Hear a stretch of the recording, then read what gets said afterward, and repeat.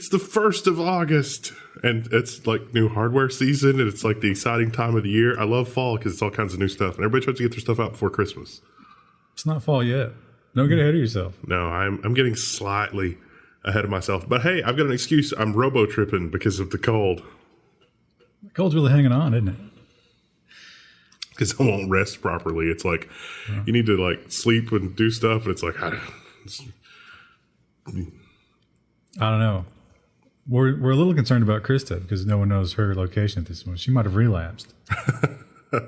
No, maybe she's got like 2 things at once. She got what I got and got something from somewhere else. Maybe. Well, as has become a tradition at Level 1, mainly because I do it on purpose, we're starting out with some Tesla news. It's our second story from Market Watch this week. And this story is bizarre. Like the headline is literally, Tesla asks suppliers for refunds to help it become profitable. And you read the memo that they sent to their suppliers, and it's basically, it literally seems to be saying, hey, can you give us a discount on the stuff that we already got? Because we need to be profitable. And if we're not profitable, we're not going to buy stuff from you because we're not going to be here. Yeah. And their response, I guess, kind of plays it down a little bit, explains it a little bit. But their response was basically, we're not asking for money back. Although the memo certainly makes it sound like that. They didn't release the memo, but some guy leaked some of it, and you've seen some lines from it. But what they're saying is this is an ongoing relationship we have with all these places because we're going to keep making Teslas and we need to keep buying these parts from them. But they're saying it's stuff that the deal was already made, we haven't taken delivery of yet, and that's what we're trying. But still, kind of weird. Yeah, that's like, all right, we made this deal. Oh, hey, we're not doing as well as we thought. We need to renegotiate. That's like, well, we already made that deal. It's when I first read this, I thought at first that they might be making a mountain out of a molehill because it's a normal version of this type of a request is, hey, do you have any ideas? Like as a company working with supply chains and vendors and stuff, it's not unusual just as a matter of business for your partners to ask you, hey, do you have any ideas on how we could save money on our supplies? Because your vendors may know better than you do. And you may get answers back that's like, yeah, there is no reason that we need to, like double plate this type of metal, or there's no reason that we need to stamp this notch out here because you don't need to do that. And we could save on it's like, you don't need to phone us up on a Friday and say that you need all your stuff by Monday morning because then everybody's going to have to work over the weekend and we're going to have to charge you time and a half for overtime. And because you need to get 5,000 out the door by Monday. Yeah. And so it's like, that's normal for your vendors to give you some ideas about how you can save some money in your supply chain. So that version of the memo would be totally okay. But that's not what it was. It's also very narcissistic because all of these places, they're getting supply from somewhere to make these parts.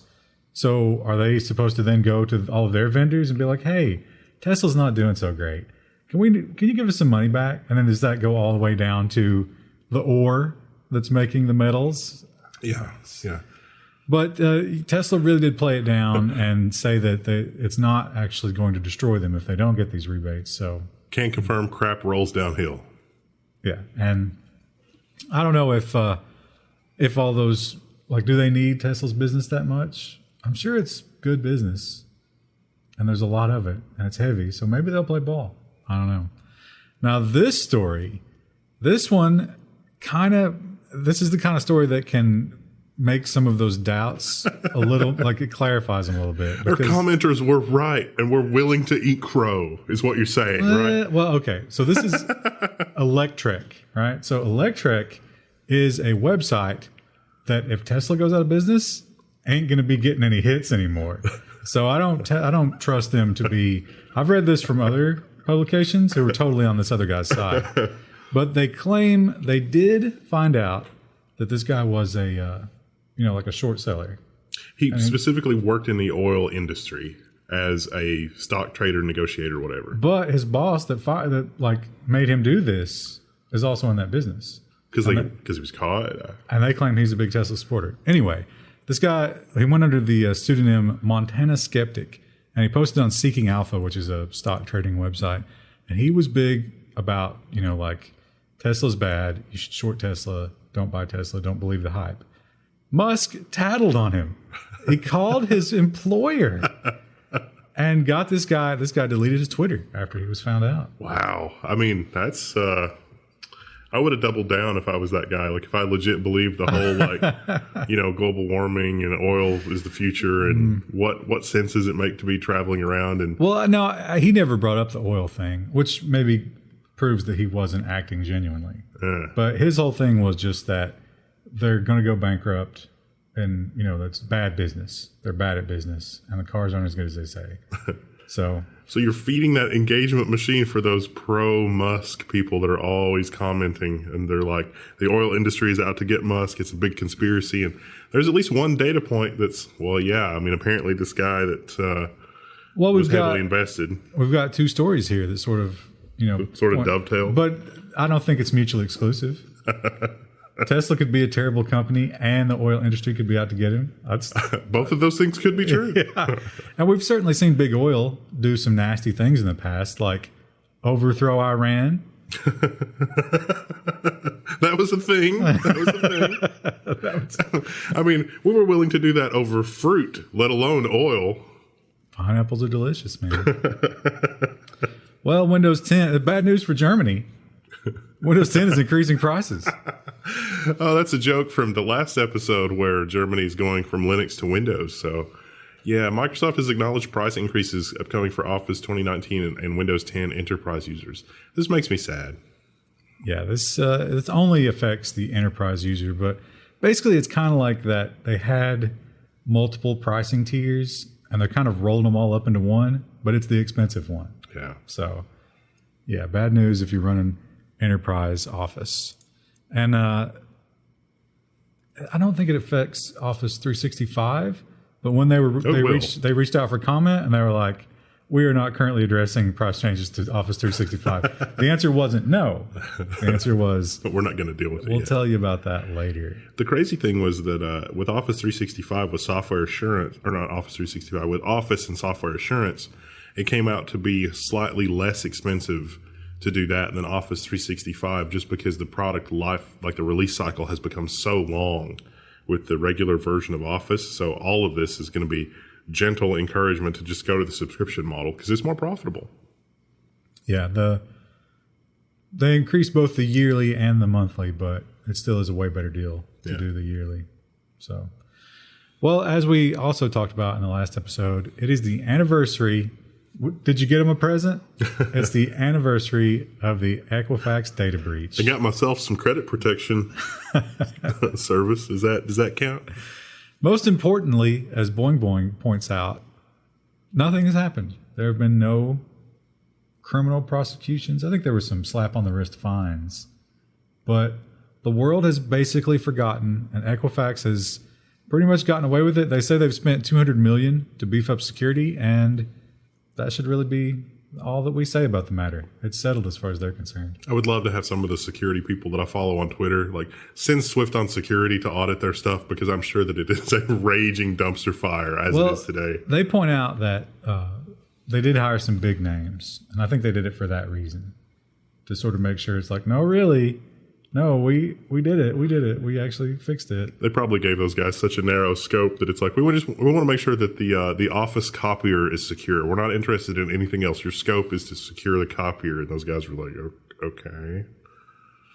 It's like, so-and-so security consultant, can you certify that we're totally secure? And it's like, well, for the scope that you gave me, yeah, we unplugged the copier. So there's no way the Chinese are going to hack your copier. But the big story here isn't that who cares if they've fixed anything? The punishment for that kind of failure should be your company goes out of business. Not golden parachute? Yeah. Well, golden parachute all you want, but the company should not exist a year later. Too big to fail. Absolutely. Too tied into, as we found out, they were just tied into every insurance and credit reporting, and it was crazy how much depended on them. It's like, wow, how can this be? But there it is. In other semiconductor news, bad news for Qualcomm. First of all, they wanted to sell themselves, to give themselves up to Broadcom. But Trump said, no, you can't do it because of China. And so they said, all right, well, All right, we'll buy NXP. And then China said no. So they can't win. They're between warring superpowers, and they just can't get ahead. They're even trying to do this whole x86 emulation thing, but Intel's been doing some saber rattling on that. Man, Qualcomm just can't catch a break. Yeah, and they're profitable still. It's not like they're, not a good company. They're still making chips and selling them, and everything's fine. But they're trying to find a future-proof avenue. Like they're looking at the writing on the wall, and it's like, it's moving so fast. Look at Intel. Intel's got the desktop, and what's happening to the desktop? And they're not even doing that all that great anymore. So I think Qualcomm is just like, we've got to branch out, but there's all this political intrigue, and I can't do it. How did we get to that? Like, where it's like, this is a crazy time to be alive. Like there's somebody has got to be working on a novel or something about this, because it's so like, life is stranger than fiction, but it's literally people that don't understand anything about technology are using technology companies as pawns in some kind of political war. And because they understand technology so little, it is much easier to see their overall agenda. And the level of corruption that you see in these systems is shocking. I was actually, you look at all this and you're like, wow, we've never seen a world this corrupt. This is like, we're reaching new grounds. But then I was watching that Netflix documentary about Caesar and the triumvirate. And it's like, oh, no, they were doing this, it's just easier to see now. At the beginning of recorded history is when this started. So, I guess it's not going to stop, is it? There's not going to be a breaking point. Well, in the hardware news, actually, I think this might still be business news, is Mozilla. So Chrome has rolled out this new way of handling YouTube, and it works really well in Chrome. Doesn't work quite as well in Edge and Firefox, or at all in IE11. So it turns out the problem with JavaScript is there's no standard library. It's like, I need to do some stuff with some time zones or some dates or something. It's like, well, good luck with that. You're going to be using moment.js probably, because there's no standard library. The Material API is what Google is using to try to make the YouTube interface faster. But that API was deprecated, so it's not natively supported on browsers other than Chrome. There's a polyfill, but everything ends up running in JavaScript, so it's slower than molasses running down the side of a jar in January. Yeah, and it does. So except in Chrome, IE11 can't handle that at all. So they said they've made YouTube so that it uses the old version, which is fine in IE11. And Mozilla is saying, wait a minute, why don't you just do that for us? Because we don't have your new technology either. Why are you running this new version that we can't handle if IE11 isn't treated like that? Well, it runs, but it runs slower in Firefox. And obviously, YouTube is one of the big normie sites. A lot of people, they're going to fire up a browser and be like, this doesn't feel good. Ooh, Chrome is faster. So it seems like that's on purpose. Mozilla's probably going to bring back the Polymer API thing, maybe, possibly. Well, there are plugins that can force it to use the old version. There's some stuff in the W3C that makes me think that, like, there have been a lot of proposals for a JavaScript standard library, basically. I'm oversimplifying. And a lot of the stuff that I see from some of the people that are connected to Google seems like waffling. Like, they're not saying, no, we don't need that. There's just whatever direction the committee's going in. It's sort of like this analysis paralysis, like decision-making thing where it's like, well, we need to make sure that the API is perfect because we don't want to paint ourselves into a corner. And it's like, is it disingenuous, or is it just that we haven't figured it out yet? I think it's maybe a little of both, but probably like 80-20. Yeah. I think Google knows what's happening and they like it. Yeah. So they like being in charge. Well, are you planning a trip to Taiwan? And I guess you'd have to fly there. There's no other way to get there. But how are you going to go on? You're going to book your flight. You might notice something a little weird when you hit that country drop down. Yeah. American Delta and United have changed how they refer to the self-ruled Taiwan on websites to avoid Chinese penalties because they also operate in China. Yeah, this is the one China policy. China says Taiwan belongs to us, and anybody that says otherwise is our enemy. So these airlines, because they operate in China, what choice do they have? I like how the other bullet point there, which is earlier this year, China demanded that foreign firms and airlines in particular refer to Taiwan as blah, blah, blah China, but the White House referred to it as Orwellian nonsense. Yeah, but the airline companies are playing ball. So if you're going to fly, for example, you're going to fly to Taipei, you're going to book that flight as Taipei. There is no country.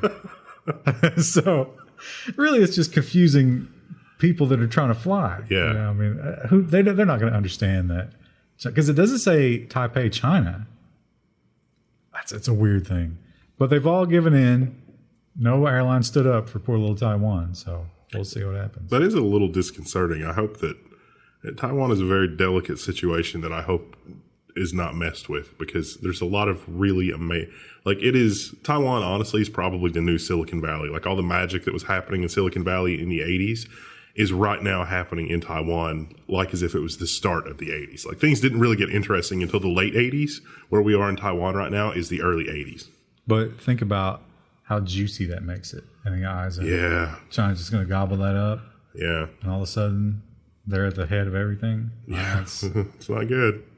And if you're the U.S., do you let that happen? I'm really excited to see what comes out of Taiwan in the next 5 or 10 years, because we haven't seen anything yet.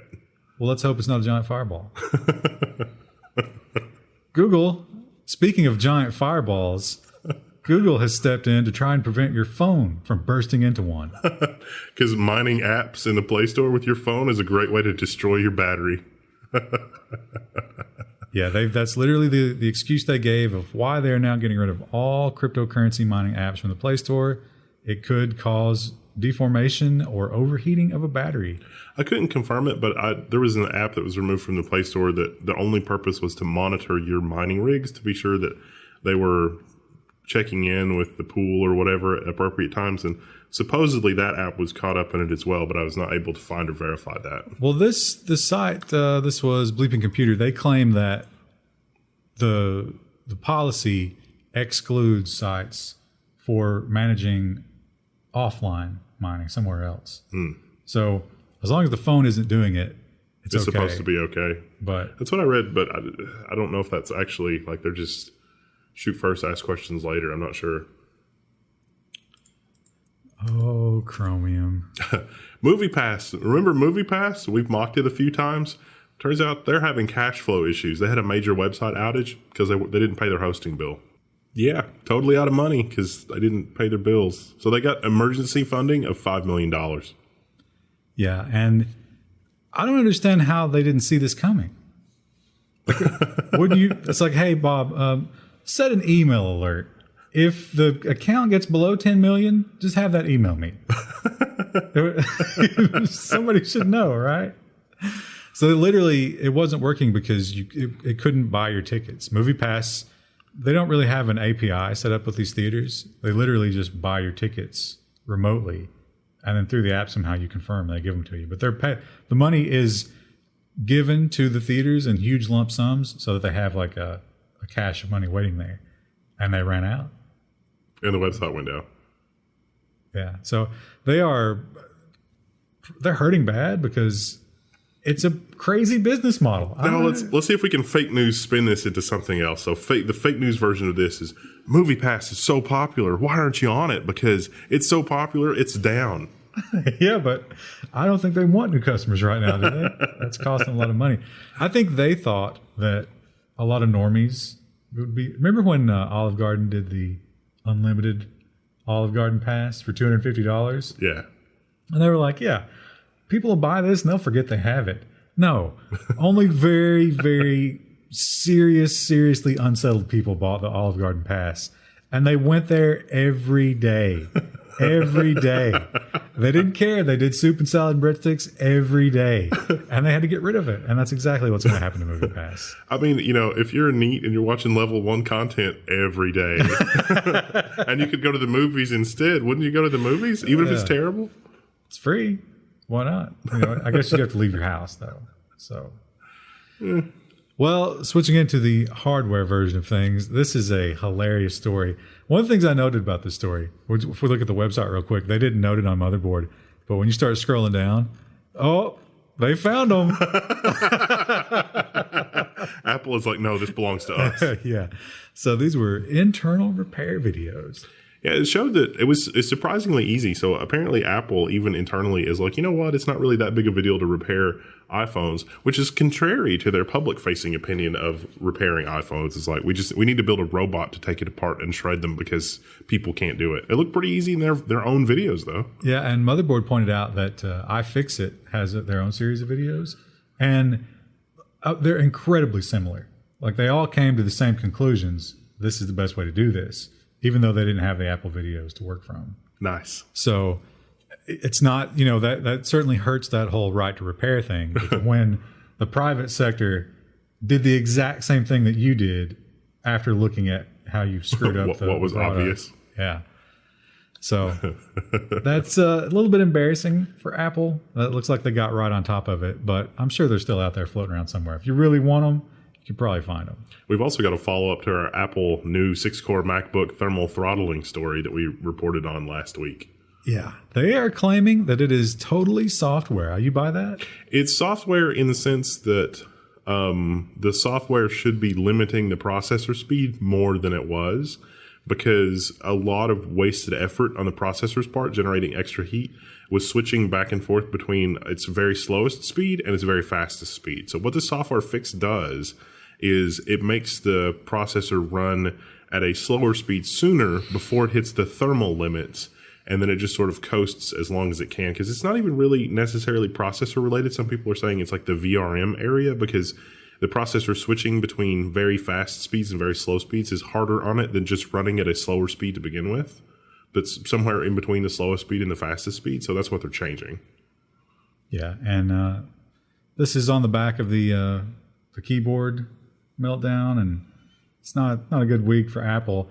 And it's not getting any better because the T2 chip, which is involved in some of the security stuff that it does, and Siri lives in the T2, which might make you feel good when it fails. That's caused them problems, and they're having to replace a lot of MacBooks. The shocking thing about this is that when this failure occurs, you lose the information stored internally on your SSD because of the in the iMac Pro, because of the RAID key situation with the iMac Pro. Like, it's just, you got to replace your logic board. Guess what? You lose all your data too. And it's like, wow, that doesn't seem like a good design. Yeah. And they've talked about, some people have thought they found a solution for it. And there's a lot of solutions in the forums, but none of them are 100%. And some people are now on their third MacBook. Wow. Because of this. And Apple is not asking questions. They're just like, here's a new one. So that shows you how serious it is. Because that's costing them quite a bit of money. It might not be worth what they charge for it, but it still does cost them something there might be a big rush on the refurb market. Might be able to get a good one once they fix it. Don't do it. Well, Intel, more interesting news. I don't know if this is bad, but it's interesting. I guess it's bad in that I don't think they're doing this because they want to. I think their hand is being forced. This is a leak that shows that the the i7 8-core chips are 8-core 8-thread, not 18-core 16 or 8-core 16-thread. But there's going to be a new i9 on the desktop platform that's 8-core 16-thread, which is odd for Intel to do that. Ars Technica blames it on them just simply hitting the limit on what they can do with this size transistor. And we know that they can't get the next size down. That's not working for them. So I think Intel, we talked about this when Ryzen first came out, and then, they refreshed it and everything. It was like, well, it just keeps getting worse. They can't get behind. They can't just not release a cycle. Yeah. And so what do you do?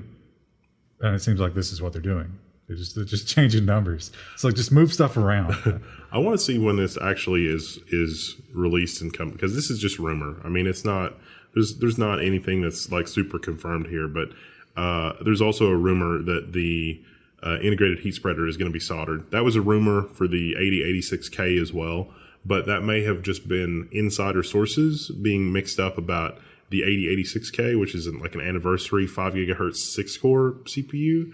And just getting mixed up between that CPU and this CPU that was being worked on. I'm not real sure. Well, how would you like to store all of iTunes on a wafer the size of a quarter. That would be amazing. That's what we're being promised because of storage using hydrogen atoms. Yeah, 138 petabit per square inch. Now, here's the drawback, and it's a pretty serious drawback.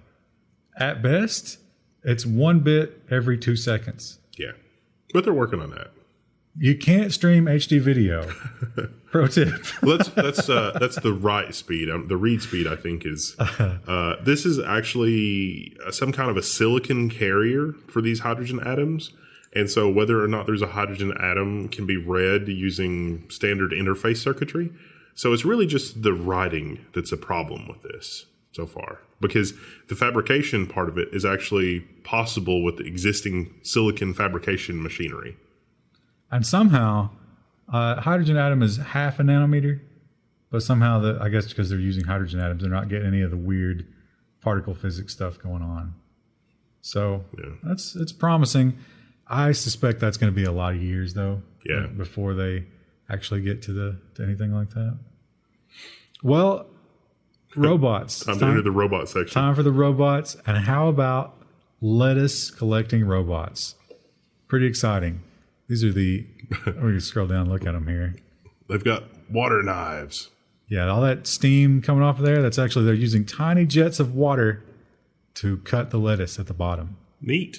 And apparently that's, cutting lettuce is one of the worst jobs because you got to bend over and cut and then stand up and bend over and cut.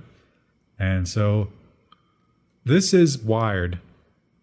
And you see this a lot coming from Wired because they do a lot of robot stories. Those are hot, I guess. And they're like, now don't worry. This is not going to take away jobs. Well, it is going to take away jobs, but that's okay because there's a shortage of workers. So it's like, So what happens is instead of bending over and cutting, you walk next to the truck and clean up the lettuce as it's cut and delivered into the thing. But how long until a robot can clean the lettuce? It's going to be really quick, like immediate almost, I'd say. That is the Amazon issue of they're bad at gripping things. Yeah. But that's when they have to grip different kinds of things. Lettuce is pretty uniform. Lettuce, it's going to be about the same. You can have a tolerance level. And I don't think it would bruise it too bad if they, got rough with it a little bit. So, yeah. It's probably fine. We're going to have totally robotic harvested lettuce soon. And in other hardware news this week, we have separate videos on the other hardware news this week. So look for that. Sorry. Back to robots. Boston Dynamics is in the news again. Robot dogs. Who's excited? Not the pet kind, sort of the terrifying kind. Well, you could have a pet. That looks way like there's this episode of Black Mirror, and that looks like one of they were super lethal. Now you can also have his arm here. This is his arm. Look at that. Yeah, that's not scary at all. It looks like a snake. It's a stabilized platform. Look at that thing. I need a Boston Dynamics cameraman. That's what I need. That's incredible. So these things are going to be, they're making. How many they're going to make a bunch of them, like 500,000, I think, and they're going to be. Oh, it lets the other one in. That's nice. Well, there's no reason to have two arms. Right? The other one's got the payload. So if you've dreamed about a terrifying robot dog being in your life, now's the time. Can you imagine the burglars of the future breaking into a house with those? And that thing, I think they said it weighs. Was it 155 pounds or was it 55 pounds? I don't know, but it could get you down. Yeah. Yeah, it could just get you around the legs and wrap you up. Get on your back like a monkey. Yeah. Probably choke you out.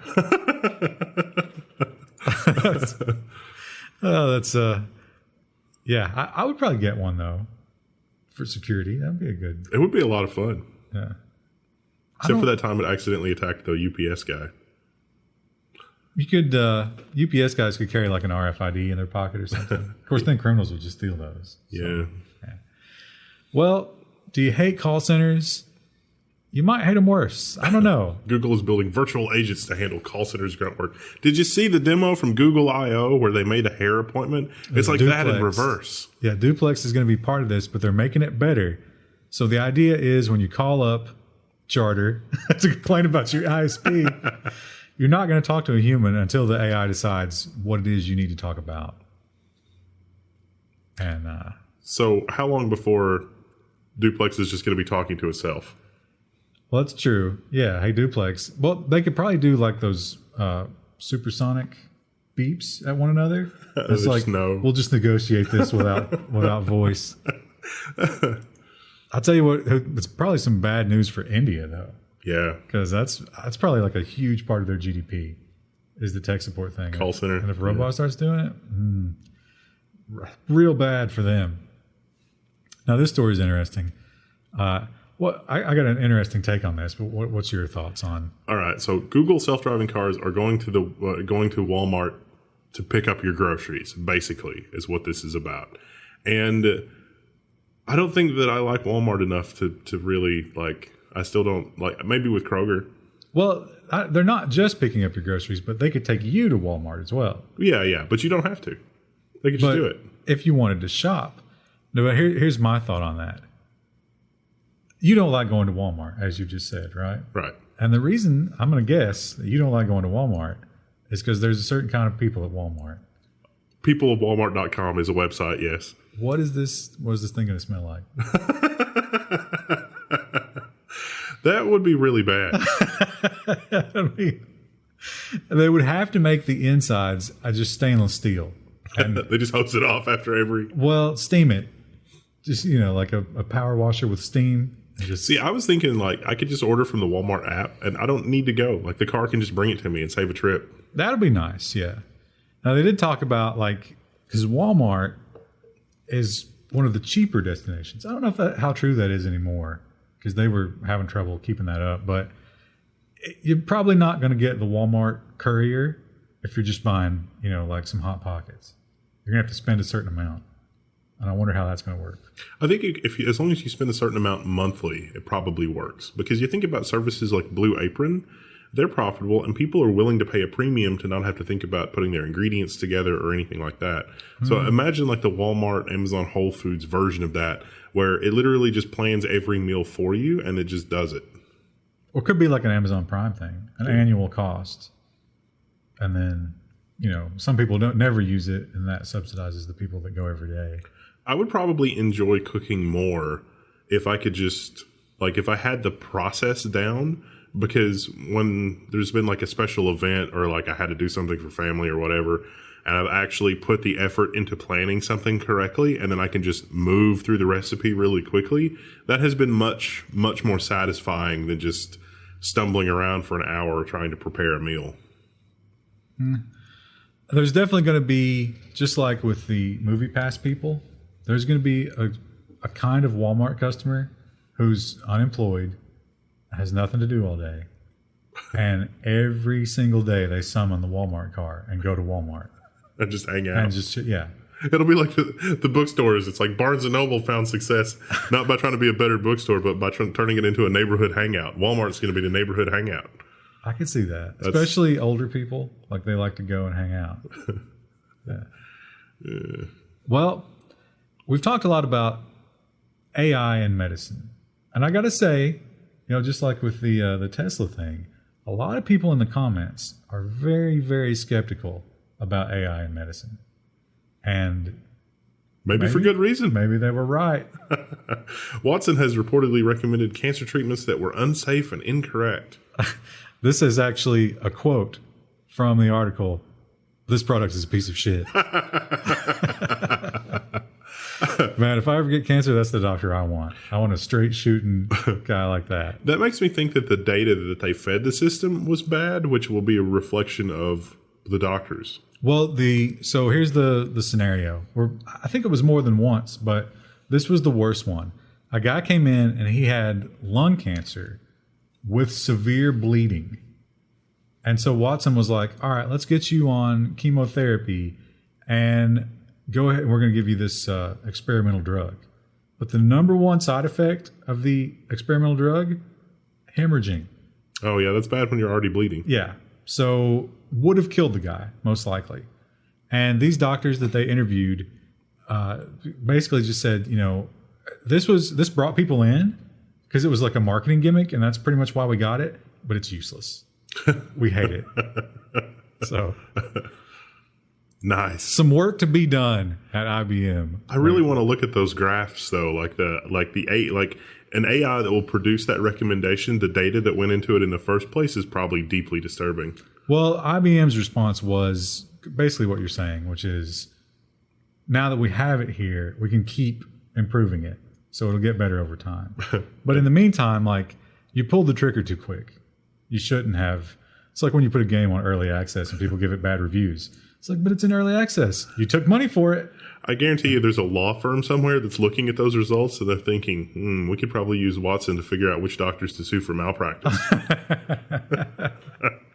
Well, if he ever starts making real decisions, they certainly sue him. Oh, surely with our next story, we've stumbled into the nonsense section of the week. This seems like it's a little premature for the nonsense section. Well, it's not nonsense. It kind of is, but we didn't put it there because this really is artificial intelligence, or at least that's what Microsoft is calling it. The headline is Windows 10 will try not to reboot when you're just grabbing a cup of coffee, because whatever they did with Windows 10, and it's like, I'm going to reboot for updates, it is garbage. It is utter, like, no matter what you tell it, it just does whatever it wants. Yeah. So and apparently they need AI to solve that problem. I don't think that's true. I think that's not true at all. They definitely subscribe to the idea that the user does not know. The user cannot be trusted. There's too many security risks, like, the Intel ones. And we need to update whenever we feel like it, and they won't let us.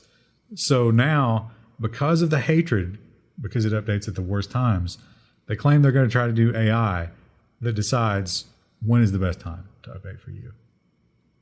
No. No. You don't have a choice. Just like Siri.